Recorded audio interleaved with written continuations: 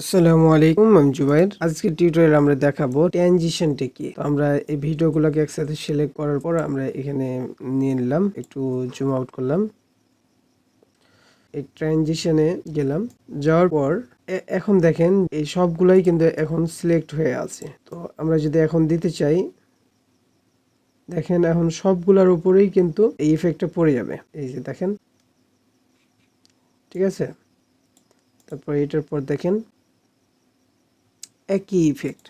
আমরা যদি চাই যে একই ইফেক্ট প্রত্যেকটা ভিডিওর উপর রাখবো, তো এভাবে সিলেক্ট করার পর দিতে পারবেন। আর যদি চান যে একটা একটা করে দিতে চান, তাহলে এই যে এভাবে করে দিয়ে দিবেন, এই যে এভাবে করে দিয়ে দিবেন, এভাবে করে করে এক একটা ইফেক্ট এক একটা ভিডিওর জন্য দিতে পারেন। তো এবার যদি দেখি,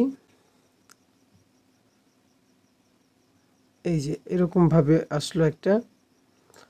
তারপরের ভিডিওটা দেখবেন আরেকটা ইফেক্টে আসবে। তারপর এটা দেখেন, এই যে আরেক রকম ভাবে আসলো।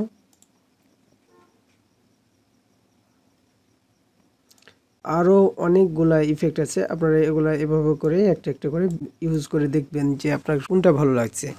আমি জাস্ট শুধু আপনাদের শুধু দেখাই দিলাম যে এটা এরকম ভাবে ইউজ করে, এগুলা আর কিছুই না।